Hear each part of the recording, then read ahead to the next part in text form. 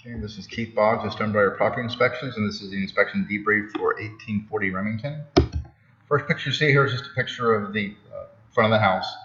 Nothing necessarily wrong, that's just for the title page of the report.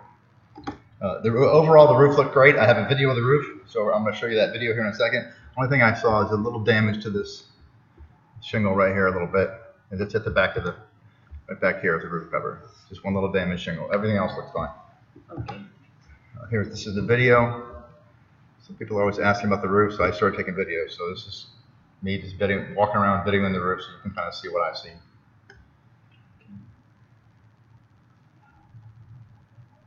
And we'll let this finish just so you have it for the recording. Mm-hmm.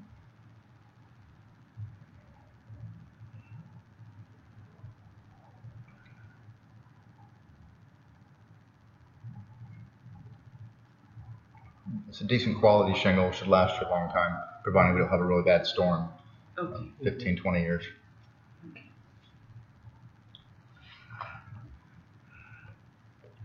So just that one piece that we should. Yeah, this is the back there. Okay.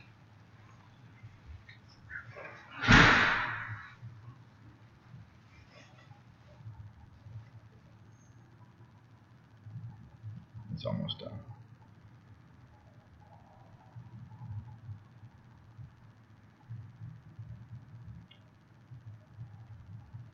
There we go. So overall, roof's pretty good.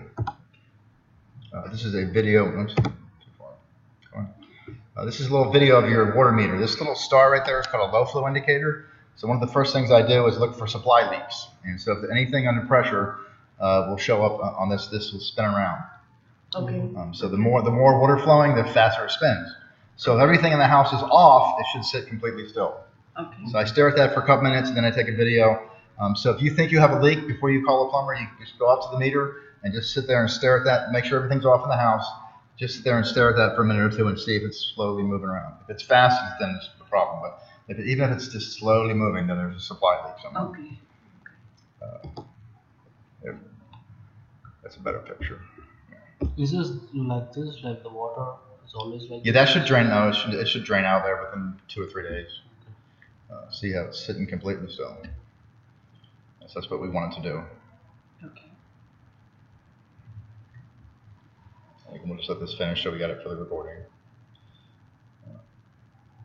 This is located in that handhold you saw up front. Okay.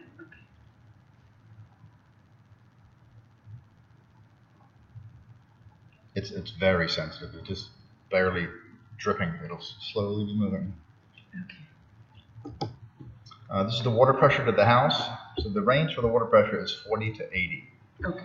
You're a little bit above 50, about 55, about 50-ish. It should be okay. Well, you may run into a problem down the road if you've got a bunch of family in town and you've got the dishwasher going, the clothes washer going, you got this kitchen sink going, you've got a bunch of people taking showers, you may have a little bit of drop off of pressure. So just keep that in mind. But if it's just going to be the three of you, you should never have any problems. These are your two condensers. Some of these pictures in here are just for me, for my records. Again, they'll be in this recording, which you'll eventually have. But some of the stuff is just for me to remember to talk about things, or just for my records. That's just a manufacturer's label. So one of the things we check is make sure the breaker is matched. Max breaker, that unit's 40. That unit's a 30 max breaker. So and that's what they have in the panel box. So it's correct. This is one of your vent hoods over on this side of the house. They're missing a fastener right there. Okay. And a fastener up there. Okay. They have them there and there. So eventually that will happen. If you don't have all 4 fasteners, that'll eventually come loose from the wall. Yeah. Okay. And that's that one right up there. That one. Okay. Yeah. This is your locking latch. When they install the garage door opener, they're supposed to disable this. That's what that little hole is for. They're supposed to put a little bolt and screw in there so you don't lock it in place and damage the door. So that's something that whoever installed the door should have done. Okay. It's very easy. You can just go to Home Depot and buy a bolt and a screw and just stick it in there. It's just to keep something from locking it. Okay. And that's it, located right up there. Okay. There's your water heater. Water heater works fine. No problems with the water heater. In terms of capacity of the water heater, like this is a 70,000 BTUs. A regular 50-gallon water heater is 35,000 BTUs. So it should produce about twice as much water. Okay. Should be more than enough for this house. Okay. And again, unless you have people with like really long hot showers, Yeah. you know. This door right here that goes from the garage to the structure, this is supposed to be what's called self-closing. So in other words, you open it up, you let go of it, and it closes behind you. It's a fire safety door. It's a fire safety hazard if it doesn't self-close. It's a fire door. So some cities don't require this, but since it's a fire safety issue, I always put it in the report. If they won't do it, all you have to do is go to Home Depot and buy self-closing hinges. Put one hinge there, and they're spring-loaded. You just adjust them, and they'll allow the door to shut. Okay. This is a first look at the panel box. This is just like a benchmark look. This is kind of want to see what the panel box is looking like when I first get here, and then I've got 2 more pictures here. When I go back and I finish the first floor, take a look at it. Finish the second floor, take a look at it. I want to see what's going on. Right now it looks fine, and it ended up being fine. But sometimes you will find things. This is normal. You see that? That's all normal. This is a video of the garage door test. So there's 2 tests we do. We do a pressure reverse test where you put something in front of the door and it should hit it in reverse. And then we check the electronic eyes to make sure that they work. And so this video is those 2 tests. So it should just basically close with a little bit of pressure and then reverse. Okay.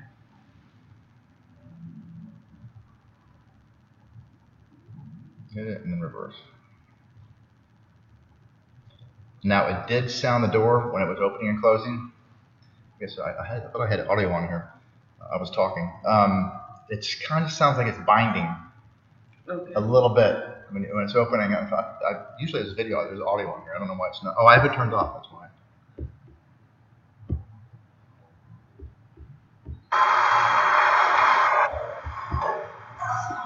Here it kind of binds and kind of pops a little bit. I'll flip it again so you can hear it. Yeah, definitely.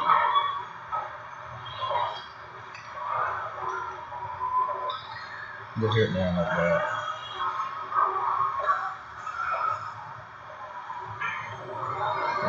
Like popping, and like it's kind of binding a little bit.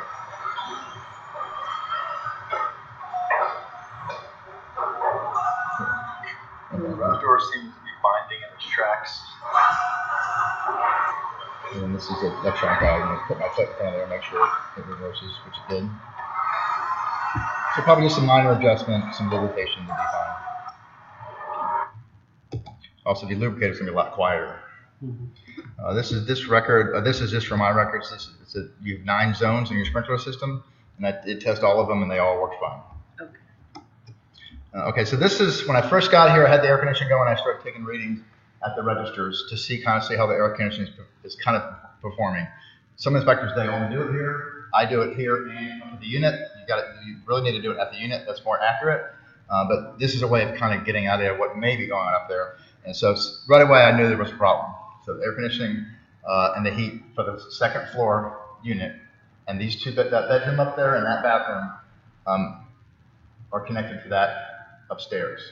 Okay. So if it's not warm enough in there, if you try to adjust it here, it's not going to make it cool. You'll have to go to the upstairs and adjust it here. Oh, okay. So the thermostat for those 2 rooms is like way up there. Yeah, right up there, but it's not working right, so it's not cooling right. We're going to both on one side it's too high differential, on the other side it's too low. We'll get to that in a minute. But this is a really poor reading. This is also in the bathroom there. So these 2 locations there and there. We're going about 70 degrees, which is exactly what we got upstairs when I got up there, around that same temperature. So that's how I kind of knew what was going on. Ideally, they should have made it everything on the first floor for this thermostat, everything on the second floor for that thermostat. But they're not going to tear the whole house apart to fix that. This is a better reading, 60 degrees. Really should be blowing a little colder than that. I had it set on 50. Usually with a brand new unit, on the day that's not that hot, if I set it on 50, it's blowing 50, 45, 38, 55, much better than that even. So this is when I first was getting out of here, the differential. So the differential is the difference between the supply and the return. So we're looking for 15 to 22 degrees or 20 degrees. So we have a 61 and a 71, so that's 10 degrees. So that shows you right away that something's not running right. And then when I go up to the top, I kind of confirm that. This is a loose fixture in that bathroom there. You can jiggle that. They need to have all the fixtures tight. See how it moves? Right, yeah. Almost. That's just where it's at. This is really just for me. This is to show the cooktop was tested, it didn't work.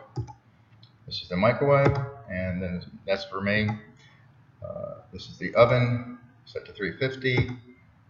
Manufacturer's label. So the oven heated to 325. That's within the range. The range is 325 to 375. This is your dishwasher.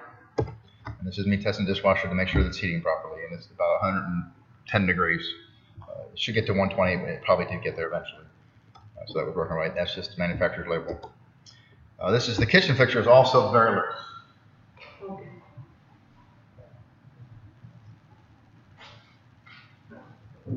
Oh my goodness. Okay. So we want that stuff all nice and tight, and it's not going to get tighter over time. It's only going to get looser over time. And if it's loose, there's a chance of water like going through. The way I water can get up under there, yeah, absolutely. This is the refrigerator outlet here. Today's code requires that outlet to be GFCI protected. Now the city of Irving, they may not require that. It's going to be in the report because the state of Texas says I have to put it in the report. Okay. So that outlet right there is not GFCI protected. This is the fireplace. The only thing the fireplace is lacking, and they always forget it, they should have a manual shut-off valve outside the fireplace. The only other valve is underneath the fireplace. So if you have to get to the fireplace, you've got to go underneath it where it's hot. Sorry. It needs to be, okay, so the valve, there should be a second valve on one of these walls here. Okay. So if there's a problem with the fireplace, you can turn off. Okay. And it should be easily accessible, readily, what they call readily accessible. Often they don't install them, sometimes they do. Okay. Okay, this is your dryer vent. There should be a sticker here that says the diameter of the vent and the length to termination. So if it's 4 inches, 22 feet, it needs to be written on a little red sticker. That sticker is missing right here. Okay. This is a loose fixture in the master bathroom. If you take a look there, it moves. Yeah. Also very loose. This is after I finished the first floor and look at the panel box, and it actually looks a little bit better. And usually what happens at first, it kind of gets loaded up, and then it kind of distributes, and it ends up looking better. So it looked fine. This is at the second floor. The air conditioning was not working at all. We're going to get to that. And this just shows I had it set on 50, and it was 75. Okay, this is at that unit here. Okay, so the differential, one thing is missing is the float switch on the drain pan. Both units are missing that. But here's a differential on this one. It's 52. That's insulation depth for me. 52 and 76, or 24 degrees. So it's about 2 to 4 degrees too high. It's outside the differential. Now the filter is dirty, which I think the next picture is filter. The filter is dirty, and that filter can cause the differential to go high. But since they've left the dirty filter in there, we're going to call it out and have them come service it and adjust it, calibrate it. Sure. This is another loose fixture, and that's it, upstairs bathroom. Okay. This is your other air handler furnace, and this one is not cooling at all. Missing a float switch. 81 and 81, so zero cooling. Filter is also dirty there. That's the insulation depth, that's for me. And this is the third look at the panel box, and again, it looks fine. This is on the heating side now. This is at the first floor here, which is serviced by their no heat, I had it set on 90 and it's on 85, so it's not, that was 80 there, but, and then this is the rest of the house. This room. Yeah. We could feel it. This Yeah, room you can feel it. You can feel it, easily feel it. So the rest of it was heating fine.